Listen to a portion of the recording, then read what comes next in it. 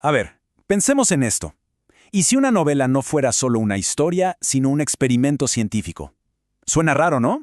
Pues a finales del siglo XIX, el escritor Émile Zola lanzó esta idea, que fue, bueno, revolucionaria y muy polémica. Él decía que la literatura tenía que dejar atrás la pura imaginación y empezar a usar el rigor de la ciencia para entender y, en última instancia, controlar la naturaleza humana. Y esta es la pregunta clave de todo el asunto.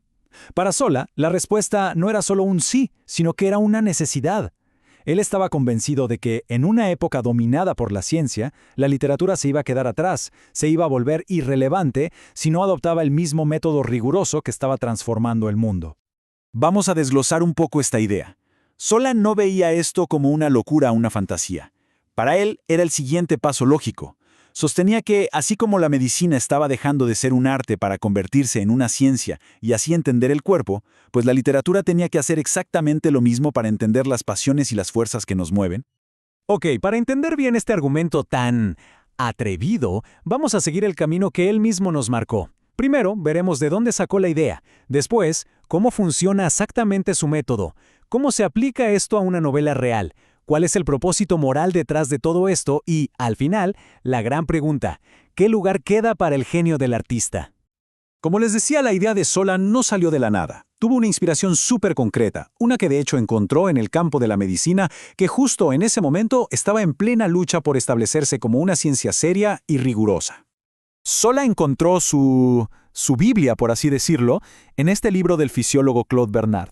Y su propuesta fue increíblemente directa. Dijo, tomemos el método de Bernard y simplemente donde dice médico, pongamos novelista. Así de simple. Él creía que con ese pequeño cambio podía fundar un tipo de literatura completamente nuevo. Entonces, el punto crucial aquí es entender bien el método. Para Zola, y claro, para Bernard, la clave estaba en ir un paso más allá de simplemente mirar el mundo. No bastaba con observar, había que intervenir. Y aquí viene la distinción clave. El observador, dice Zola, es como un fotógrafo, simplemente captura la realidad tal cual es, sin tocarla. Pero el experimentador es activo. Modifica las circunstancias, provoca los fenómenos para poder entender cómo funcionan por dentro. En sus propias palabras, la observación muestra, mientras que la experiencia instruye. O sea, una cosa es ver y otra es aprender haciendo. El proceso que el novelista debía seguir era súper sistemático. Paso 1, observar un hecho de la vida real, algo que pasa en la sociedad.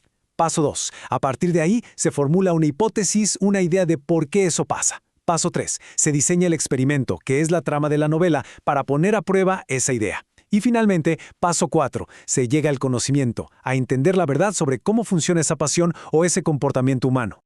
Muy bien, todo esto suena muy teórico, pero ¿cómo funciona en la práctica, en una novela de verdad? Bueno, para demostrar que su método no era pura teoría, Zola se fijó en los grandes escritores que vinieron antes que él, y argumentó que ellos, sin saberlo, ya estaban usando este método de forma intuitiva. Este es, digamos, el problema que se plantea. El novelista no se saca una historia de la manga, no, plantea una pregunta casi científica. Si tenemos estas condiciones iniciales, un personaje con una pasión dominante en un entorno social específico, ¿cuál será el resultado inevitable de esa combinación? Zola, por ejemplo, nos habla del barón Hulot en La prima Bête de Balzac. Balzac observa los estragos que causa la lujuria. Entonces, ¿qué hace? Monta su experimento. Pone a Hulot, su sujeto de estudio, en un entorno muy particular, la alta sociedad de París, y lo somete a una serie de pruebas para ver cómo funciona el mecanismo de su pasión. La trama de la novela no es casual, es el experimento en plena acción. Y el resultado es demoledor. El experimento demuestra que la pasión de Hulot, en esas condiciones, lo lleva mecánicamente a la ruina total. La novela se convierte en una especie de acta de laboratorio que registra los resultados. Ya no es solo una tragedia, es una demostración científica. Pero, a ver, ¿para qué todo este esfuerzo? ¿Cuál es el objetivo final? Para Zola, este método no era un simple juego intelectual, tenía una ambición social y moral muy, muy profunda. Aquí es donde Zola se defiende de quienes lo acusaban de ser un fatalista. Él insistía en que no lo era. A ver, el fatalismo dice que el destino está escrito y no hay nada que hacer. El determinismo, en cambio, dice que el resultado depende de las condiciones. Y esta es la gran diferencia. Si puedes cambiar las condiciones, puedes cambiar el resultado. Y aquí está su gran visión. Al entender las leyes del comportamiento humano, la sociedad puede intervenir. Si una novela demuestra cómo ciertas condiciones sociales, como la pobreza o la ignorancia, producen crimen, entonces los políticos y la sociedad pueden actuar sobre esas condiciones para mejorar la vida de la gente. El novelista, de repente, se convierte en una especie de ingeniero social. Claro, la objeción más obvia a todo esto es, si la novela es ciencia, ¿qué pasa con la creatividad, con la imaginación, con el genio del artista?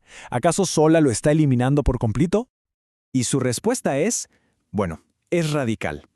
Él rechaza por completo esa idea romántica del genio como un ser que crea mundos de la nada casi por arte de magia. Para Zola, eso ya es cosa del pasado. Para Zola, el genio está en otra parte. Reside en la intuición inicial, en esa primera idea brillante que da origen a la pregunta del experimento. Es la capacidad de ver un fenómeno en la vida real y formular una hipótesis audaz y original sobre cómo funciona. Ahí, justo ahí, es donde está la verdadera chispa creativa. Así que el rol del artista se transforma por completo. Su genio ya no está en inventar mentiras bonitas, sino en formular una verdad posible. La novela se convierte en el proceso riguroso para verificar esa verdad. Y la obra maestra definitiva no es la historia en sí, sino la verdad que logra develar sobre la condición humana.